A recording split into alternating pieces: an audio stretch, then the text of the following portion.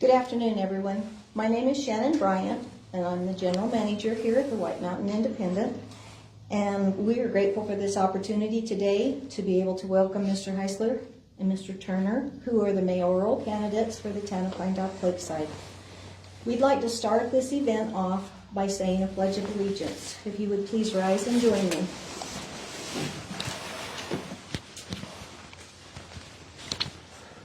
I pledge allegiance to the flag of the United States of America and to the republic for which it stands, one nation, under God, indivisible, with liberty and justice for all.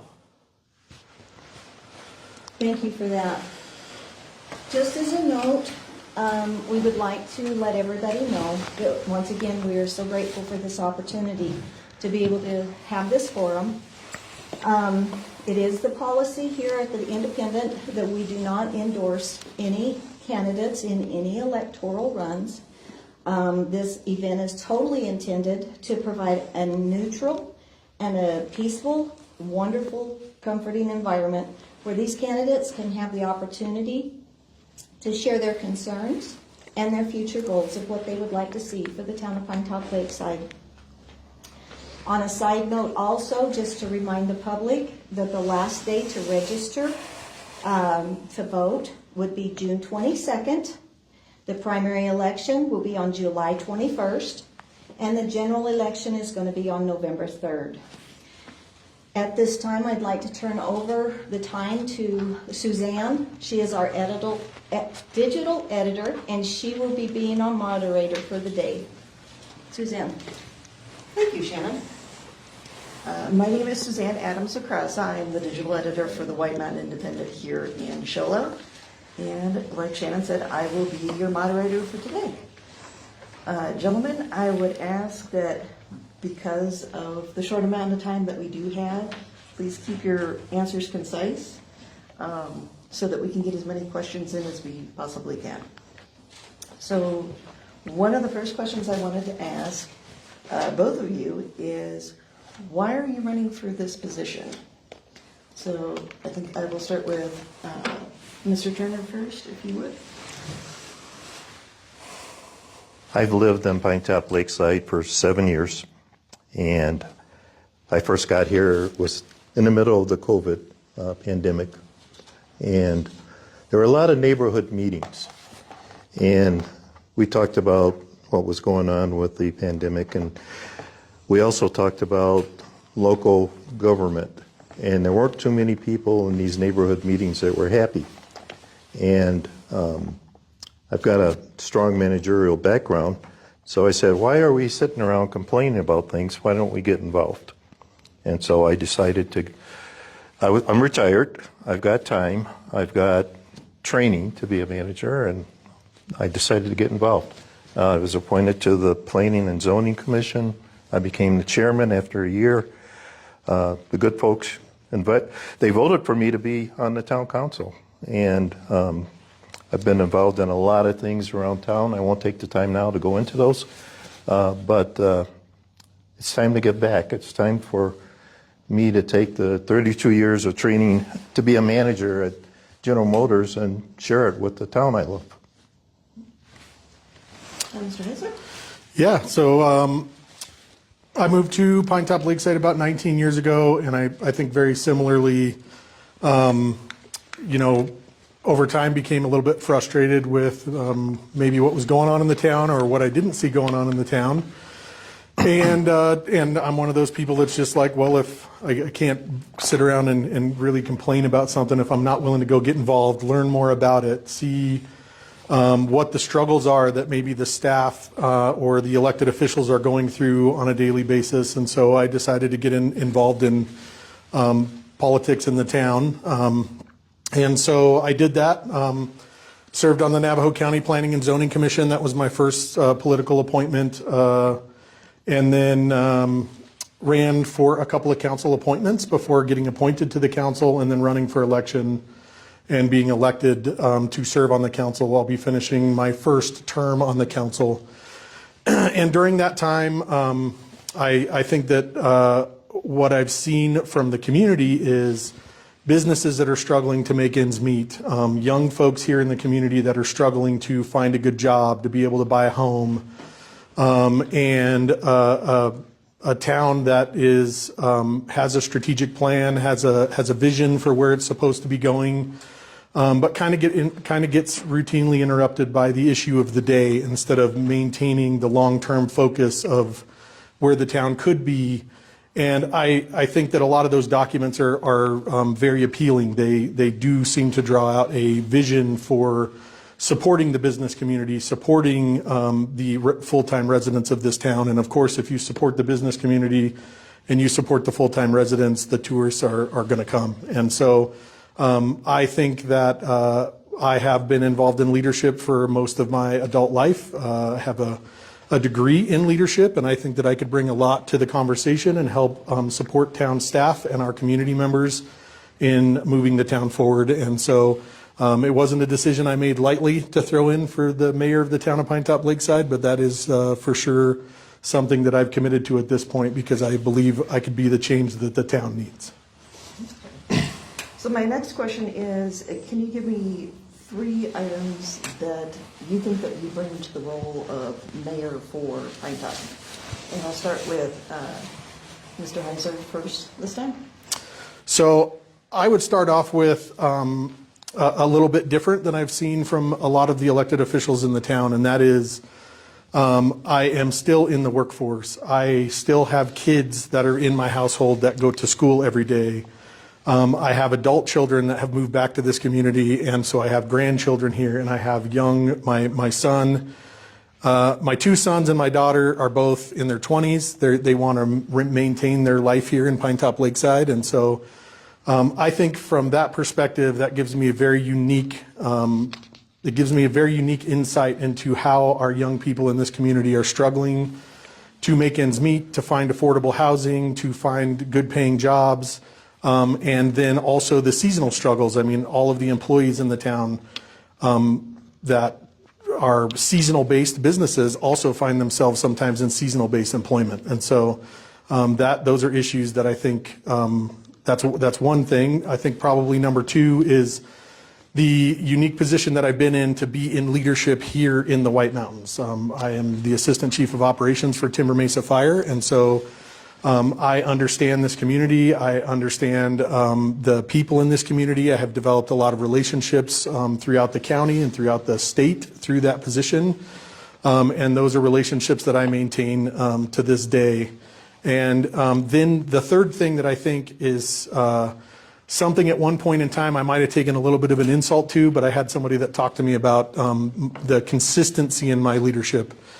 And so I think something that I can bring to the role of mayor is the consistency, being able to consistently move forward with a plan that will help our town grow and be successful and be managed the appropriate way with a level of consistency that the community can grow to expect, and that builds trust. And so being a consistent leader, I think, is another thing that I would bring to that role.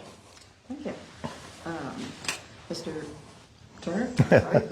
That's okay. One of the things I bring is I'm retired, and I'm going to devote, if I'm elected, I'm going to devote 100% of my time and attention to our town. I've heard people tell me that they haven't seen me, and I'm very visible. I'm on the board of directors at the senior center. I'm an advisor for the Chamber of Commerce for Pinetop-Lakeside. I attend Show Low Chamber of Commerce meetings.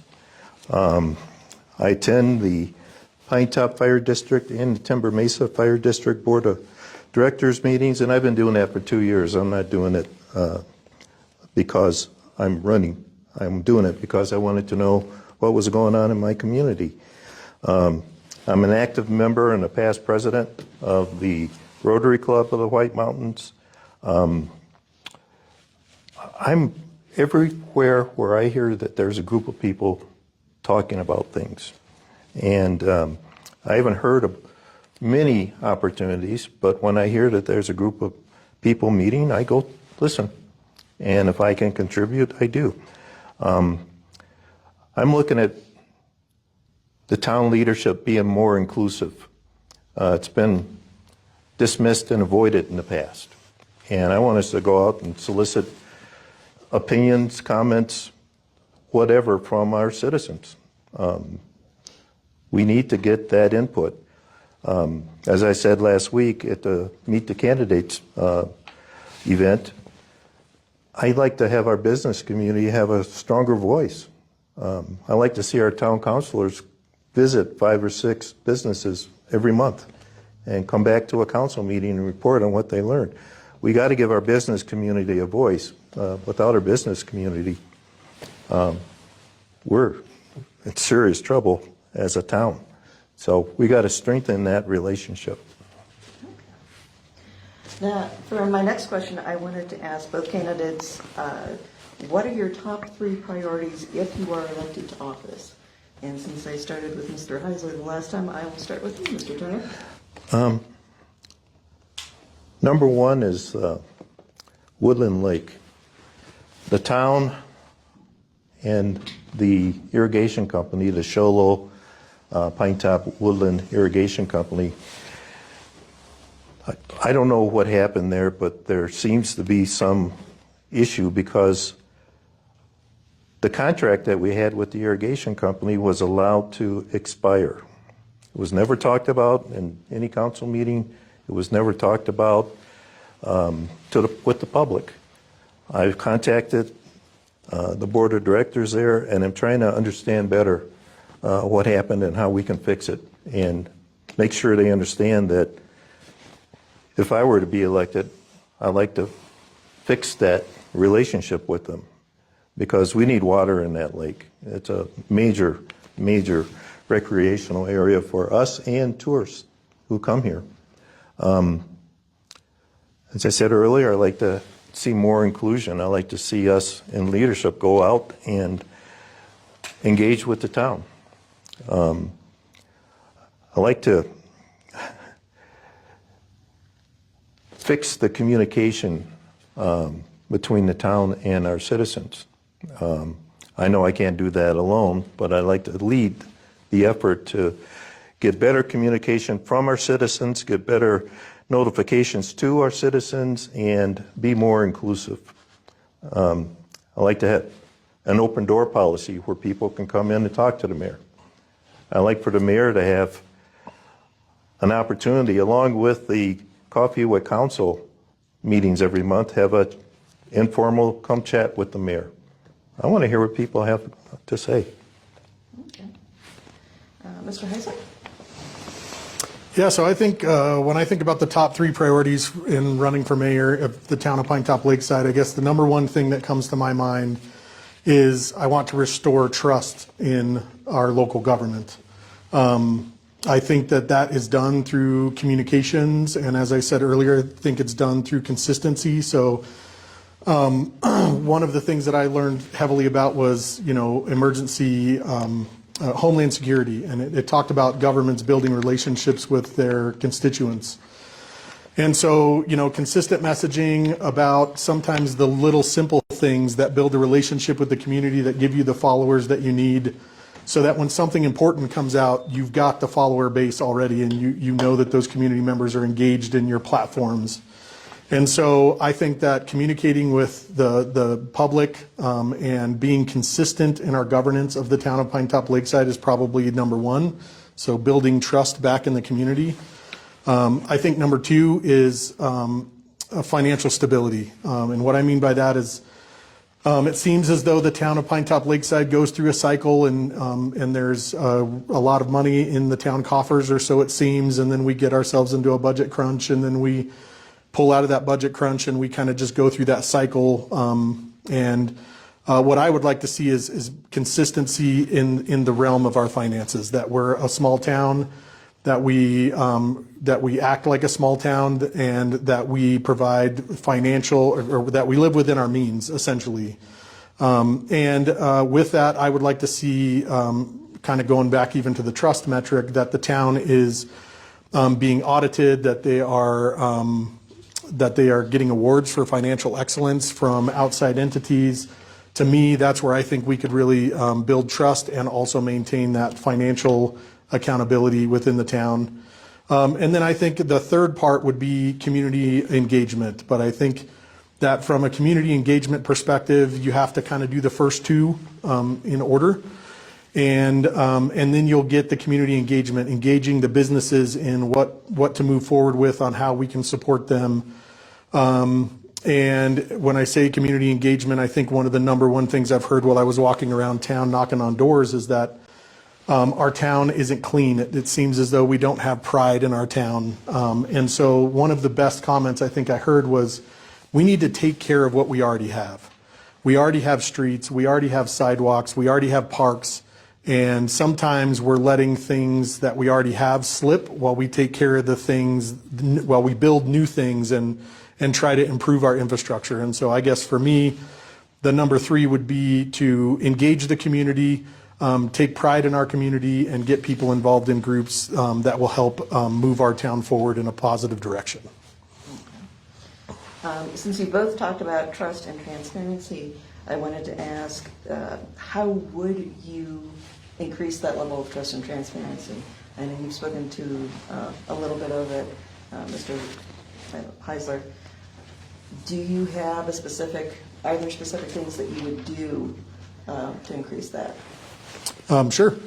So I think about moving to this town 19 years ago, and for anybody that's grew up in this town that has somebody that moves in from out of town, I think there's automatically a bit of skepticism that comes with the new outside person that's coming into town. And so it's taken me many years to build that trust and relationships within the community with people that understood that. What I did notice is that almost immediately when you got involved in local politics, there seemed to be a little bit of a rub with some people that you were maybe immediately untrustworthy because you were involved. And I always thought that was a little bit weird because I didn't change who I am to be there. But what I think you have to do in order to build trust in anything in life, in a relationship, in an elected official's position, in your relationships in the community, is you have to let people know what it is you're going to do.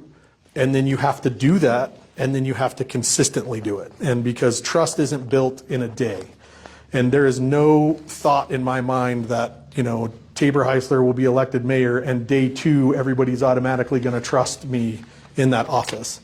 And so I think it's going back and watching these live feeds. It's going back and looking at the websites and then really sitting down and holding people accountable. And I've asked for that. I ask people to hold me accountable. When you don't think I'm delivering, let's have a conversation about it. And so I think it's communication, setting those expectations out, showing up every day and doing what you say you're going to do, and then doing it consistently so that people will build a level of trust with you over time.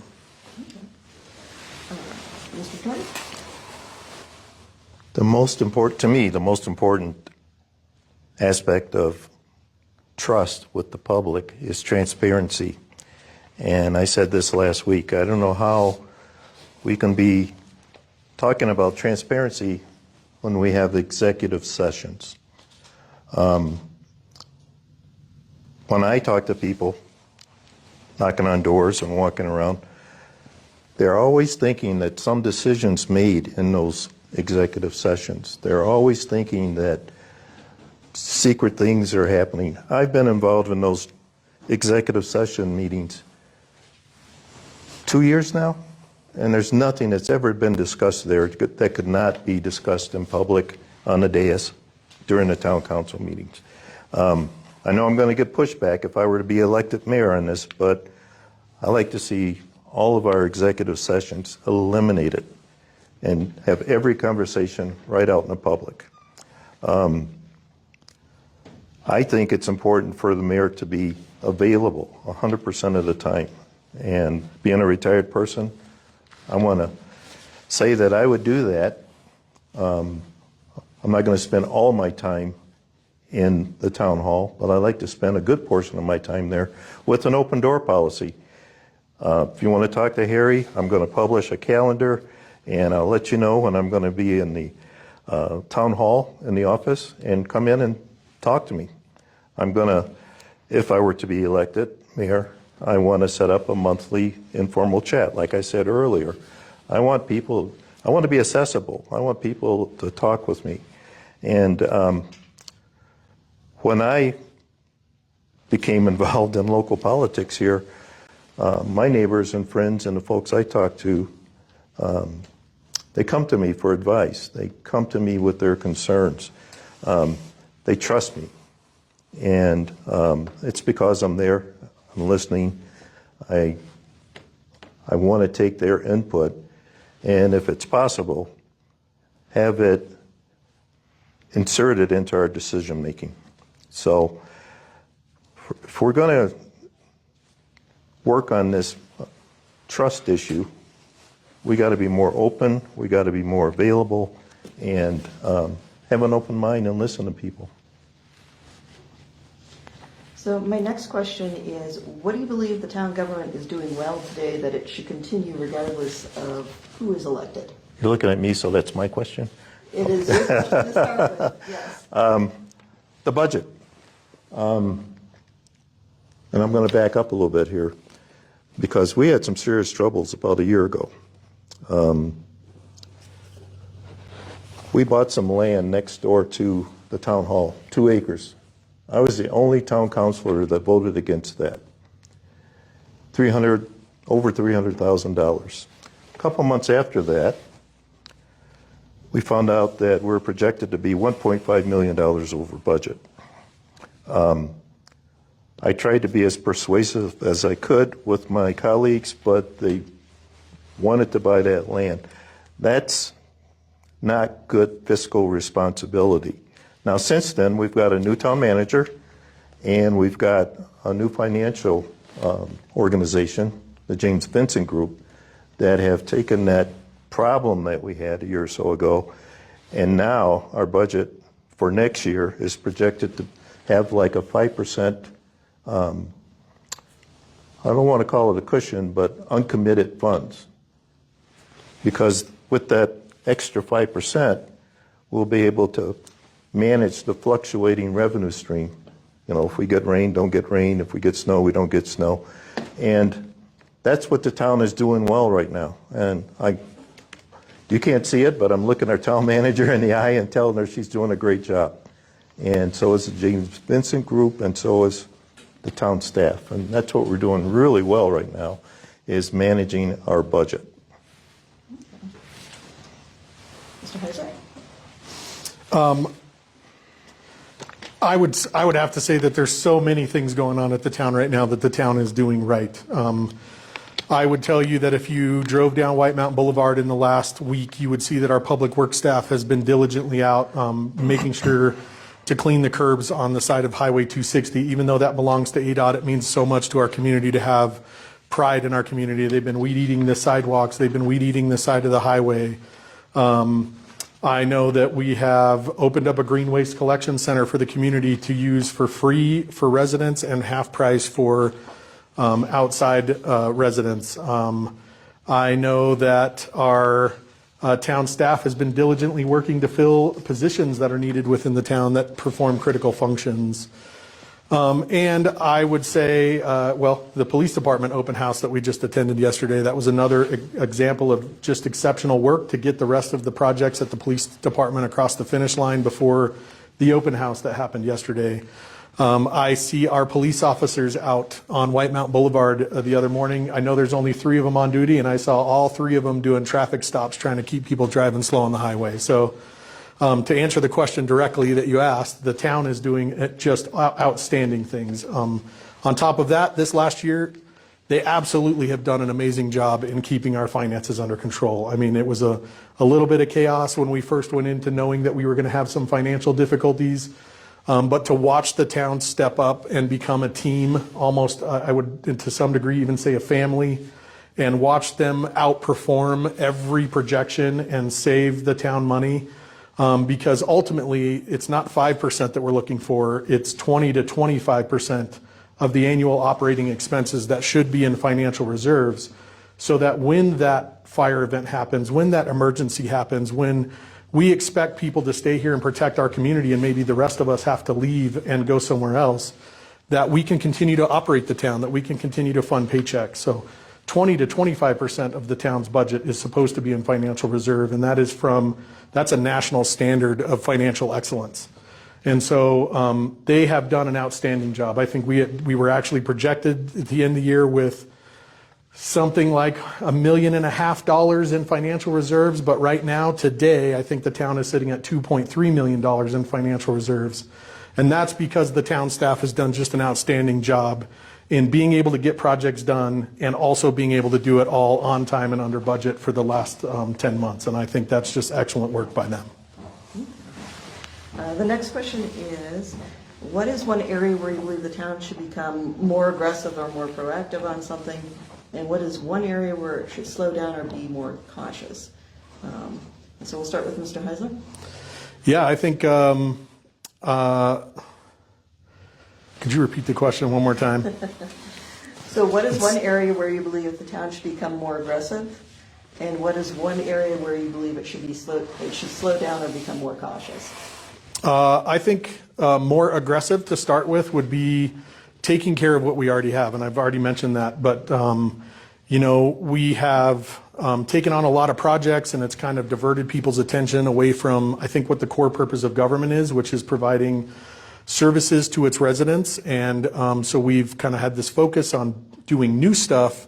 But while we're doing all of that new stuff, I think that you look at, for example, the examples I just brought up about the highway maintenance and things like that, that really just weren't getting done. And because we only have so many staff members and they can only get pulled in so many directions, so it's completely understandable from a time management perspective. But I think to one of the residents' point that I was talking to when I was knocking on their doors, he said, we've got to take care of what we already have. And when you drive into a town and maybe it's dirty when you walk into town, or when you drive into town, you feel differently about it, as opposed to maybe some other places you go where it's clean. And so I think it's very important to get back to the basics. I think that's an area we need to be more proactive in. We need to make sure we're taking care of the town. We need to make sure we're keeping it clean, and we need to make sure that we're taking care of what we already have. I guess to be very open, I think that there's the Woodland Lake project, and filling it with water, I think, is an area that we need to slow down on. I did some quick calculations on Woodland Lake, and if we were to put a well in Woodland Lake and pump that water, which would be good drinking water, potable water for our citizens, we would pump 52 million gallons of water out of the ground into that lake to keep it full. And I just don't think that's responsible. What I do think is the right thing to do is work to find funds, which I think there will be state and federal dollars available to fix Woodland Lake Dam and make sure it's in good operating order. And then when we're not in a drought, I've lived here for 19 years. I've seen the lake kind of full. I've seen the lake full over the brim, running over the spillway. Mother Nature will fill that lake for us, and we'll put water back in it. So I think that our responsibility is to work with the irrigation company, because I think it's important that people understand that we don't own the dam and we don't own the water in the lake. That is the irrigation company that does. But I think we can work with them and partner with them and come to some very good solutions that will allow them to keep that lake as infrastructure for their facilities. It will get filled by Mother Nature through hopefully this summer's monsoon season or next year's snowpack. But I think we have to be very careful about trying to make a commitment that we're going to pull 52 million gallons of water out of the ground, and potentially that might mean that maybe Pinetop Water's well runs dry as a result of pulling that much water out of the ground and filling the lake. So I think that's something that the town should very much study carefully and consider all of the options with open arms, and really dig into what we mean when we say we're going to put a well in and fill the lake with water. Mr. Turner? I was going to answer that we needed to be more aggressive in figuring out how to have more attainable housing. But now I got to say that I got to disagree with my opponent here. I would say we got to get more aggressive with the Woodland Lake issue. We need a healthy Woodland Lake. For whatever reason, I'm going to find out, the relationship between the town and an irrigation company deteriorated. I think it can be fixed. I've heard people talk about a well and those sorts of things, and there's been studies about the electricity that would be required and all that. If we can repair this relationship that deteriorated with the Sholo Pinetop Woodland Irrigation Company, that would be something we need to be more aggressive on. I mean, the contract was allowed to expire in January.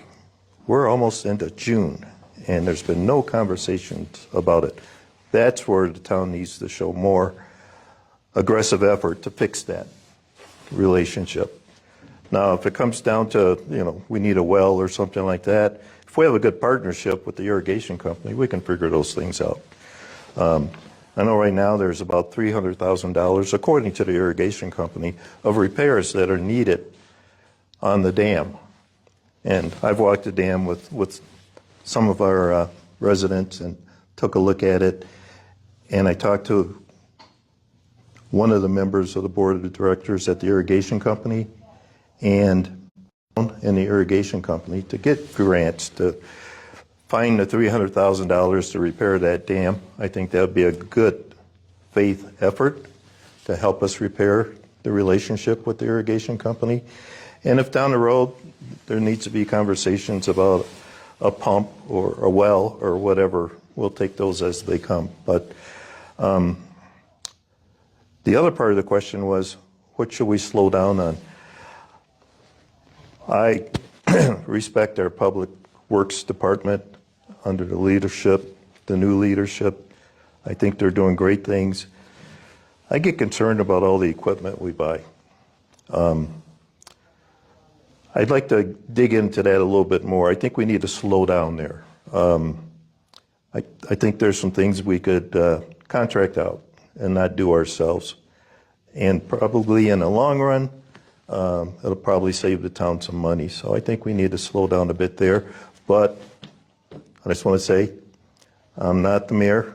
If I were to be elected mayor, I'd want to go over to Public Works with our town manager and talk about the philosophy, the strategic plan for Public Works, and understand that better. But kind of on the outside looking in, it looks like we're buying too much equipment, trying to do too many things ourselves. We need to slow down on that. My next question is, how would you balance preserving Pinetop-Lakeside's small-town character while still encouraging economic development or business investments? You're looking at me again. I am. I think this is something we need to challenge our Planning and Zoning Commission with, and also engage with the community more. If we're more inclusive, we can get some more input into the items that planning and zoning bring forth to the town council. And, I've heard people say growth is inevitable. I mean, if I weren't 7 years ago, if my neighborhood hadn't gotten zoned properly and got all the permits and everything to build our community, I may or may not have been here. So that growth back then allowed me to be a part of this community that I love, and also to be a part of it. But some of the things that are brought forward by planning and zoning, I'd like to challenge the commission to spend more time talking with various civic groups, our community, before they present these things to the town council. I think that conversation can help us decide if new developments are something that we ought to push forward to the town council or not. We have to look at what it means for traffic flow. There was one proposal a couple of years ago that was going to put 30% of our population on one intersection. And fortunately, that proposal has still not been approved. So there's just some basic things. If you talk to people, they can give you some ideas on whether it's a good idea or not. And there's always going to be resistance for this growth, and I think we have to respect that and listen to people and try to help them understand why something's being brought forward and take their input and use that in the decision-making process. Mr. Heiser? Sure. So I guess I wanted to start off with a little bit of story, and that gives you, kind of answers the question, but gives you a little bit of insight. I grew up in a very small town, and when I mean very small town, I mean you had to walk probably half an hour to get to the next nearest neighbor. I mean, that's how small the town was. My grandparents still live there today, and I can tell you that there were people in the community, and I would say even to some degree my own grandparents that were, I don't know if I'd say anti-growth, but they definitely did not want to incorporate. They did not want to see that town become a city or a town. And they kind of wanted to keep the town from, continuing to grow, I guess, larger than it was, but they wanted to also make sure that if it did grow, it grew in a very responsible way. They now live very, very close to one of the largest chicken farm operations in the state of Arizona. And they could have prevented that, I think, had they embraced the concept of becoming a city or a town and really looking at the planning and zoning moving forward. So I look at what my grandparents built all those years ago, and then I see kind of what that has become today, and I feel like it could have been prevented. And so it honestly, to some degree, even breaks my heart.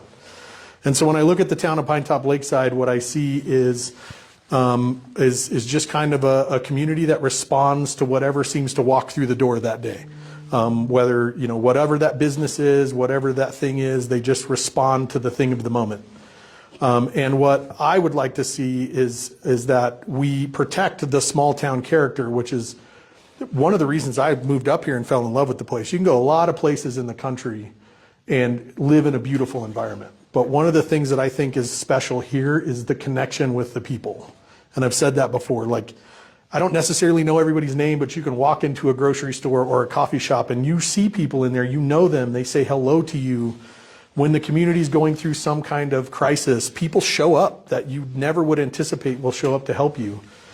And so I think the way we protect that is we do it through planning, and we do it through zoning, and we do it through code, town code. We really look at our town. We engage the citizens, the people that we have the relationships with, the people you don't want to lose that relationship with. And we work together to build out a plan for the community that is something that we can all support, that continues to shine a light on allowing the town to grow, which I think is absolutely necessary, because I feel like if you're not growing, then you're probably dying, and that means your businesses are going, they're dilapidating. We have empty storefronts that people can't move into, and all of that is true of the town of Pinetop-Lakeside. And then you have businesses who have just learned how to do business here, and they're the ones we all know that are there, that have been there for all the years I've been here, and they continue to be open. And so how do we engage those people together to really look at the town of Pinetop-Lakeside and make it something that we all can support, that supports growth, whether it's small, limited growth, that we look at the town and we build it in such a way that maybe there's an area that's walkable, maybe there's an area that is more forested and open, maybe there's an area that leads to trails and parks, but really looking at and being intentional about where we are going to be as a town 5, 10, 15, 20, or 25 years from now. And so I really think that is how you're going to end up with a great balance between keeping our small town small and really keeping what we all appreciate about the small town, which is having the relationships with the people, and still allowing it to grow enough to keep our businesses viable and our children employed, and allowing them to make the money that they need to be able to live and work here.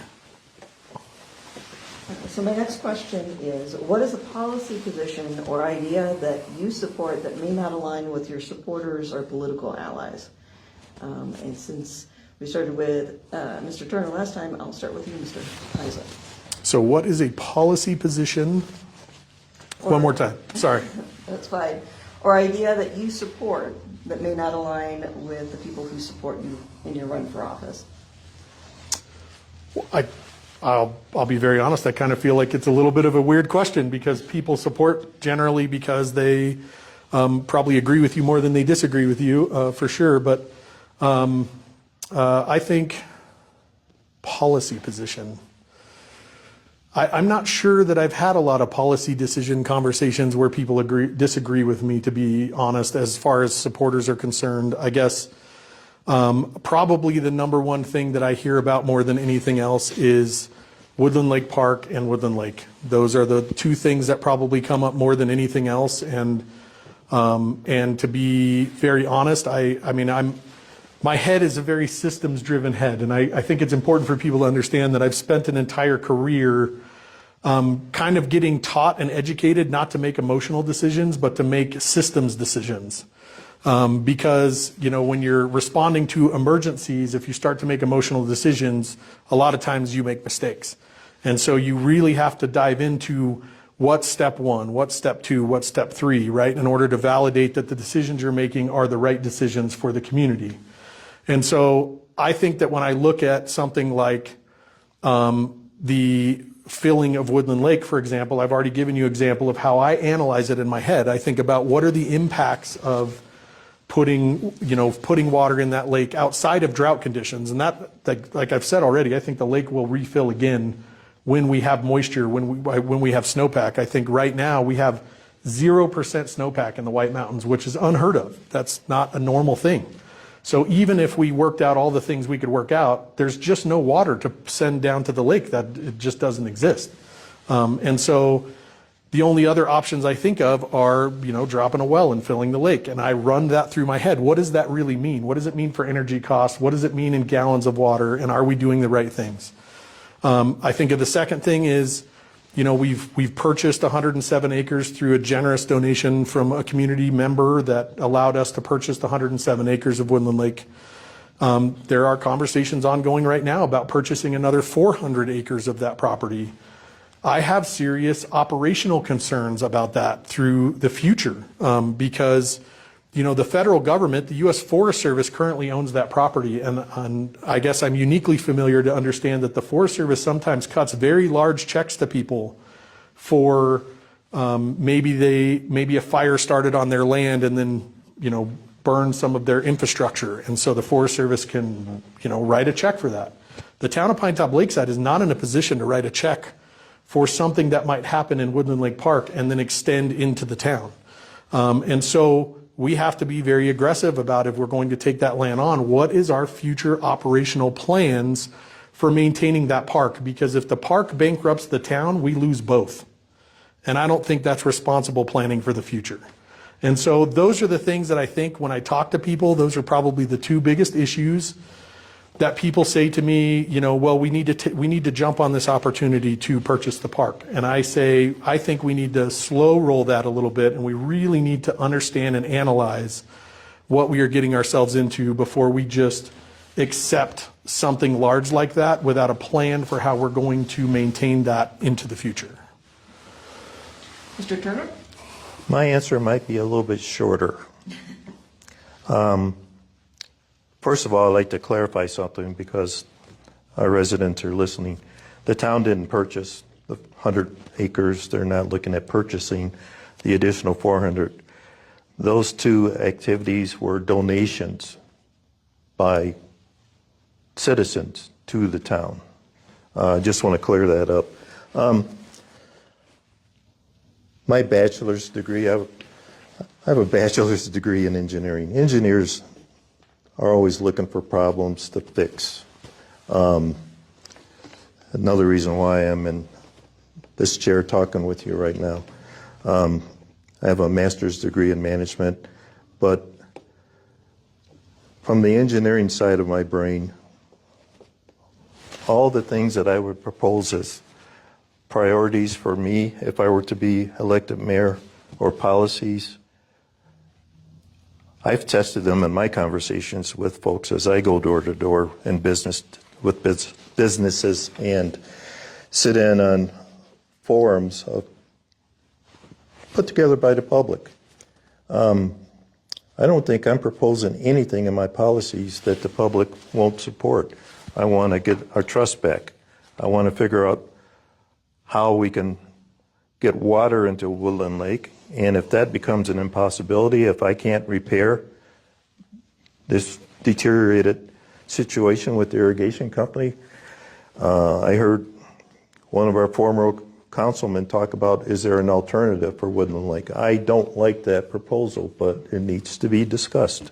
I want to open up the communication with our town. I want to have, for the first time, I'd like for you to have a mayor that's available, know where to find that person, know where they're going to be on a day-to-day basis if you want to talk to them. I haven't heard any pushback on anything that I've talked about here today. My next question is, what experience do you have managing conflict between groups with very different priorities? And what did you learn from that situation? My first management job was in 1981. From that, I became an executive at General Motors, over 20 years as an executive.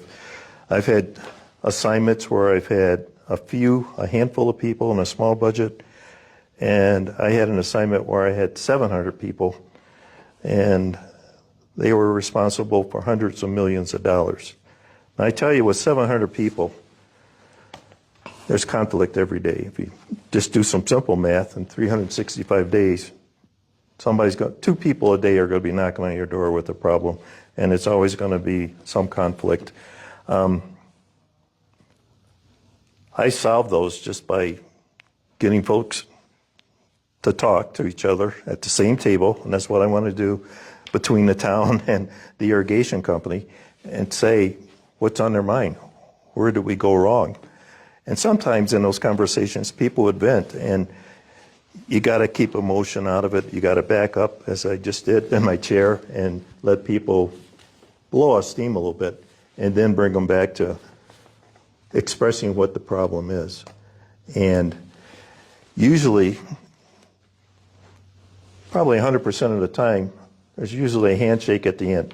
The two sides may not agree with each other, but at least they could see the other point of view. And it's all communication. Every problem that I've ever seen is a communication problem. Now, as an engineer, things break on a car or a truck or all that, and you go, and we didn't do the right thing there, let's go fix that. But every social problem is a communication problem. And we got to open that up, and we got to engage our community. We can't, I've heard some of my colleagues say that we don't have to talk to the community. They voted for us to do that, so we don't have to waste our time. That's the most ridiculous thing I've ever heard. It's all about communication and getting the parties together at the table and letting them talk about their position and trying to find a common ground. Would you mind asking that one more time? Sure. What experience do you have managing conflict between groups with different priorities, and what did you learn from that? Sure. So I guess just going back through my time here in the White Mountains, I, of course, was on the fire department. I've worked my way up from, firefighter EMT all the way to the assistant chief of operations. And during that time, I've served in various positions. I was the chapter vice president for the White Mountain Firefighters Association, and in representing, labor management discussions. So there's a lot of conversations that happen there that sometimes are not always favorable on either side.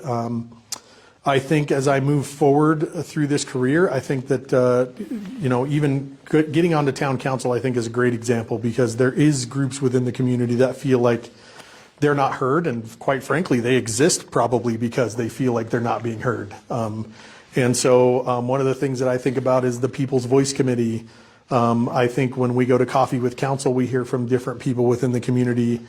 And I guess to that point, I agree. It's communications. It's first of all, it's listening to both sides and trying to figure out what it is that they're both trying to achieve. Because it's very important when you're in a conversation with somebody, not just to listen to the words that are coming out of the person's mouth, but additionally to try to figure out what is motivating that particular conversation. I know sometimes you know, even in your personal conversations, you're saying something, but maybe it doesn't necessarily match what you're feeling at that moment. So really you're trying to figure out what is it that they're feeling and what would help them to feel resolved.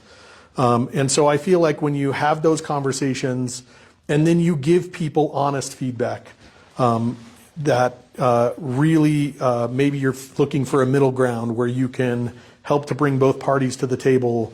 Or maybe in some circumstances, you really do have to, if you're the mediator of that conversation, sometimes it's necessary to pick a side and hopefully articulate why you feel like that is the right thing to do. And so in my experience, I feel like a lot of people are just very happy with having a conversation, feeling heard, feeling like that you really listen to them and you really understand their motivation and what they need to feel resolved.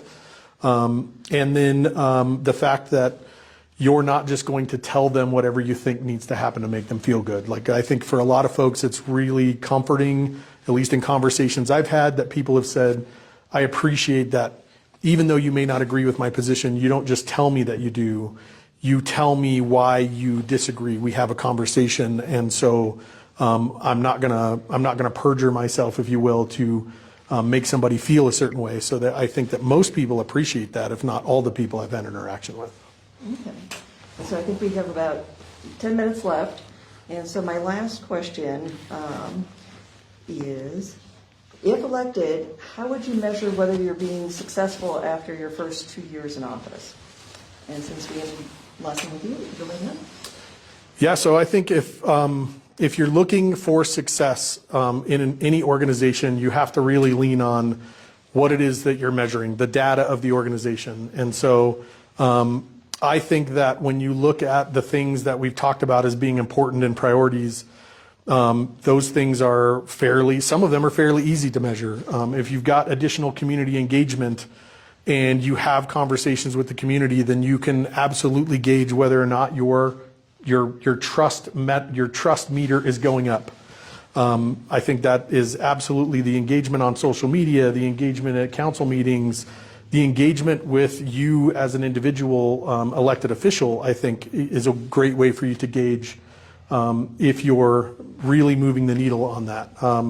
As far as like town management, town employees, things like that, I've already kind of discussed in some other forums that I think having the data, the town has got to get to a point where it's data driven and not emotionally going after whatever issue of the day is. And so I gave some examples of how many tickets the police officers are writing, how many interactions, I should say, rather they're having with the public. How many potholes did the Public Works Department fill? Those are things that you can measure, and you can measure them and you can see them and you know that the work is being executed.